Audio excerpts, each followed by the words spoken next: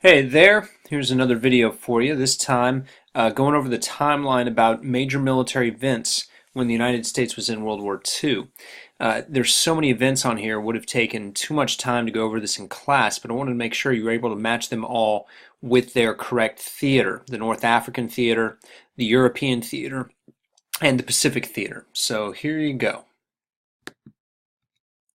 So the North African theater was really the first theater that saw major military action by the United States during World War II. And here are the key events. Again, the dates were included, so you should be able to get them into the correct order easily. But note that all of these are in Northern Africa, countries that would include today Tunisia, Egypt, Libya, and such. Great Britain had already been fighting Nazi Germany in North Africa by the time the United States joined.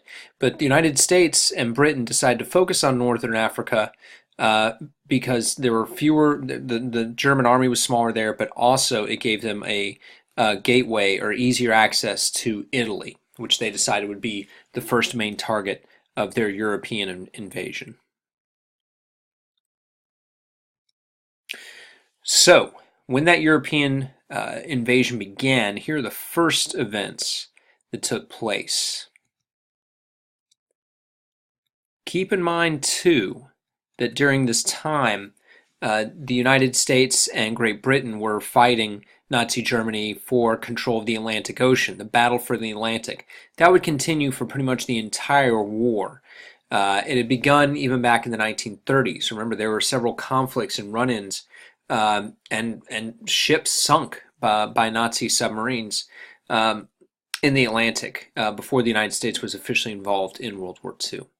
But here are some of the key events when when Germany had invaded the Soviet Union and were fighting them. Finally, in July 1943, the United States leads American troops and British troops into Italy to take the war to Western Europe's main portion.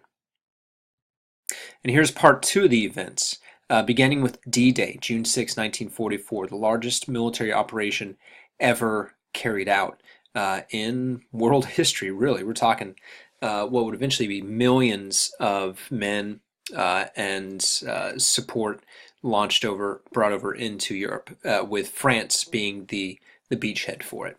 If you've ever seen Saving Private Ryan, the opening scenes are a recreation of that invasion.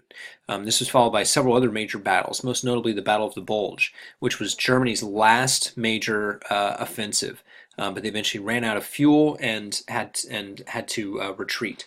At the same time, you had the Soviet Union pushing the German army back out of the Soviet Union and back into Germany. So United States troops, British troops, and Soviet troops were able to meet in Berlin around the same time, although the Soviet troops got into Berlin before the American troops. You also have Roosevelt dying and Harry Truman becoming president just a matter of days before Hitler commits suicide and before Victory in Europe Day is declared, when Germany surrenders.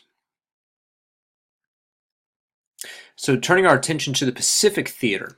So this first slide is going to cover provide the list of the major events that took place here.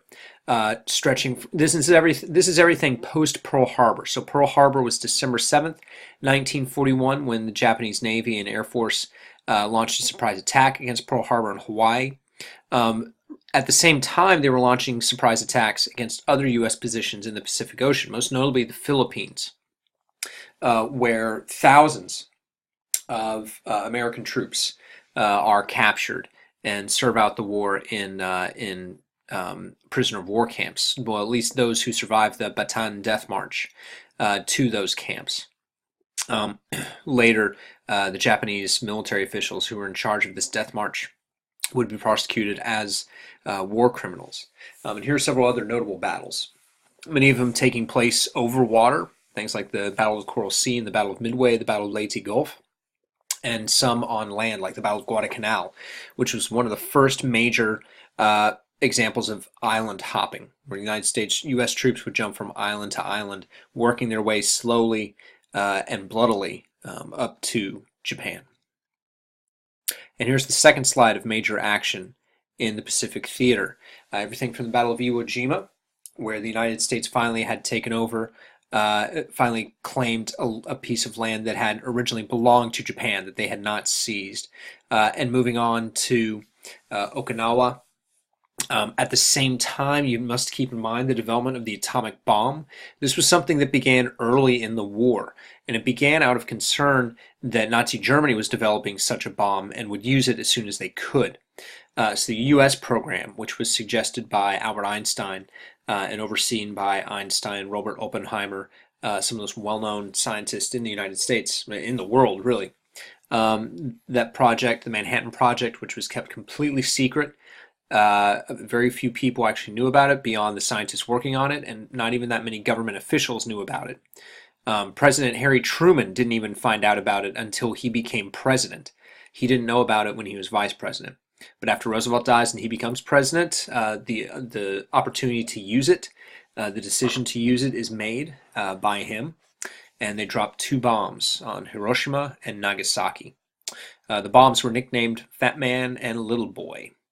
And after those bombings, the war is effectively over because the Japanese emperor gives a speech declaring that Japan will surrender, and eventually on September 2nd, 1945, VJ Day, that is the official end of the United States being involved in World War II and the end of World War II.